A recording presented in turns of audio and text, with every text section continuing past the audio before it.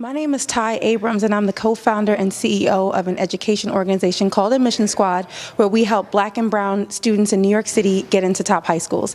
I came to the Black Wealth Matters seminar with the Center of Law and Social Justice because I wanted to learn more about the state of the wealth situation in the Black community and what we can do about it. I found out a startling statistic that it would take us 228 years to catch up to what we call white wealth.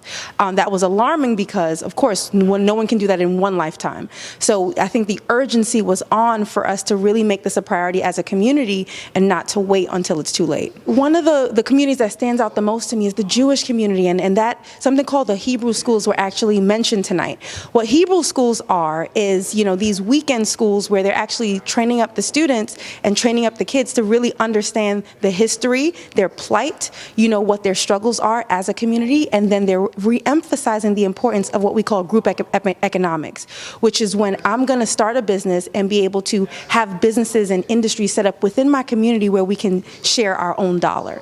So that type of education is happening, but what I notice about our community is we tend to have a 100% of a reliance on the public school education system. When you look at the Jewish community, they recognize that the public school is going to be, almost like a baseline expectation of education, but they're going to need to do more. And they make sure that they invest in that extra support for their youth.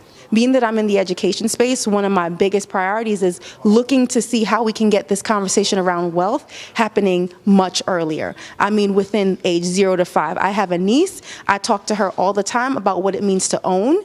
I talk to her about what it looks like to amass wealth and assets. We talk about it in a very light way, but these concepts are being pushed into her mindset from very young. So I do believe that we need to maximize that 0 to 18 age range where we're pushing these concepts into their brains so that they're armed with the right information when they go into the workforce.